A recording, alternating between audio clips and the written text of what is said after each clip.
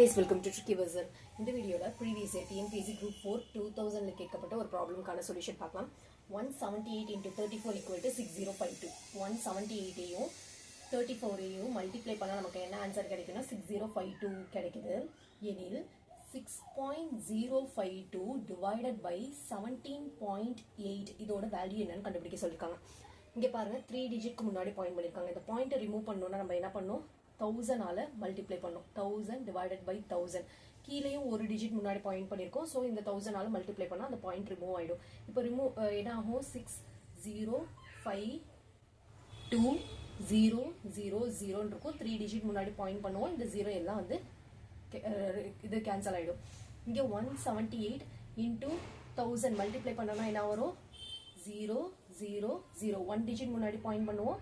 இப்படி கேன்சல் ஆயிடும். இதை இப்படி எழுதலாம்னா 6052 divided by 178 into 100 எழுதலாமா? 100 ஆல மல்டிப்ளை பண்ணா 178 into 100 17800 ன்னு வருமா? இப்போ 6052 எதுக்கு ஈக்குவல்? 178 into 34 க்கு ஈக்குவலா? 178 into 34 divided by 178 into 100. 178 178 cancel ஆயிடுமா? இப்போ பேலன்ஸ் என்ன இருக்கு? 34 divided by 100 ah?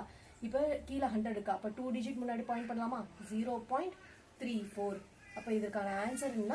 0.34. Option B 0.34ங்கிறது இதற்கான ஆன்சர். இந்த வீடியோ யூஸ்ஃபுல்லா இருந்ததுன்னா லைக் பண்ணுங்க, ஷேர் பண்ணுங்க, மறக்காம நம்ம சேனலை சப்ஸ்கிரைப் பண்ணுங்க. Thank you so much for watching.